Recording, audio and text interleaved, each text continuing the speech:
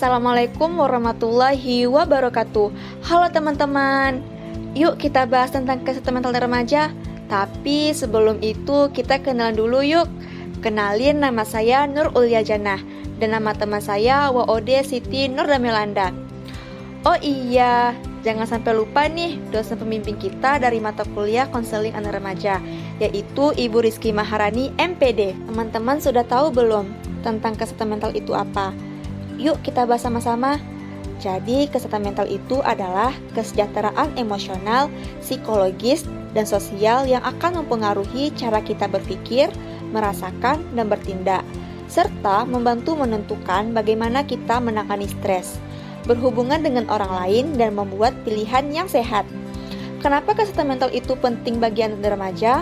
Karena kesehatan mental itu sangat penting dalam setiap tahap kehidupan, mulai sejak di dalam kandungan, bayi, anak, remaja, hingga orang dewasa. Kondisi mental dan fisik memiliki hubungan erat satu kesatuan, memiliki peran penting dalam meningkatkan kepercayaan diri. Kesehatan mental dapat mempengaruhi interaksi sosial. Apa yang dapat mempengaruhi kesehatan mental? Pertama, pengalaman yang telah lalu. Kedua, biologis. Ketiga, gaya hidup. Dan keempat, lingkungan sosial. Lalu, bagaimana ya kondisi kesehatan mental anak dan remaja di masa saat ini?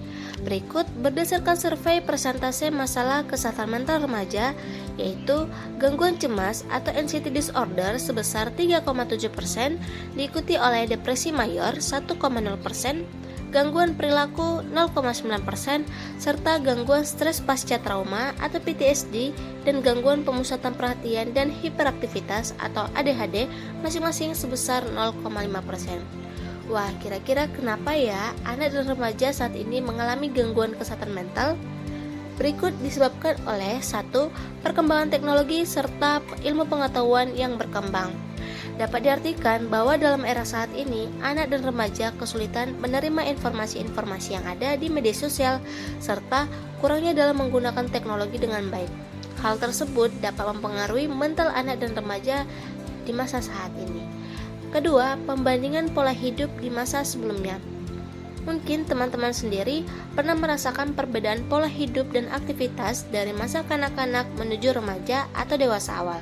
Terlihat berbeda dan mungkin sebagian individu merasa belum mampu dalam mengatasi permasalahan yang ada sehingga menyebabkan stres serta kecemasan. Ketiga, persepsi bahkan stigma dalam masyarakat terkait keputusan dan perasaan seseorang. Nah, bahkan dari masyarakat sendiri dapat mempengaruhi kesehatan mental kita loh.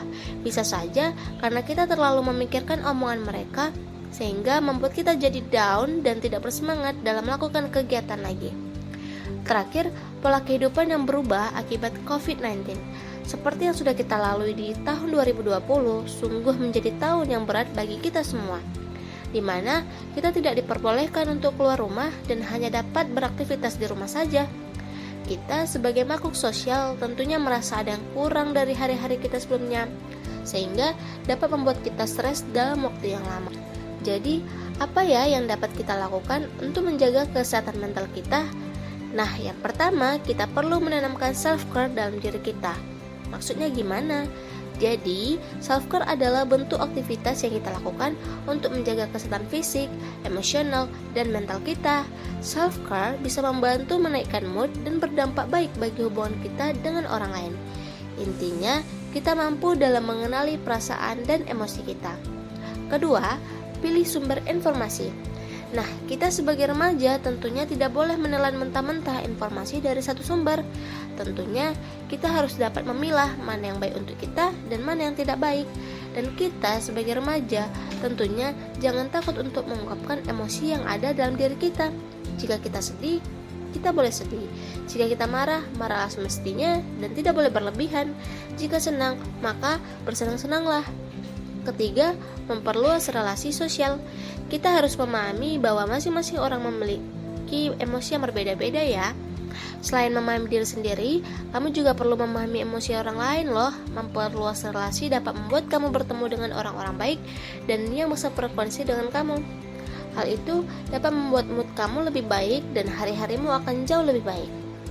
Terakhir, melakukan kegiatan yang disukai. Iya, dengan melakukan kegiatan yang kita sukai, maka dapat membuat kita lebih bahagia dan nyaman.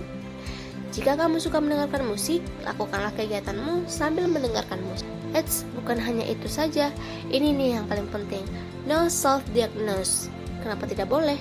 Karena itu membahayakan kesehatan mental kamu dengan mengakibatkan kecemasan yang berlebihan dan yang nantinya dapat membuat kamu depresi loh.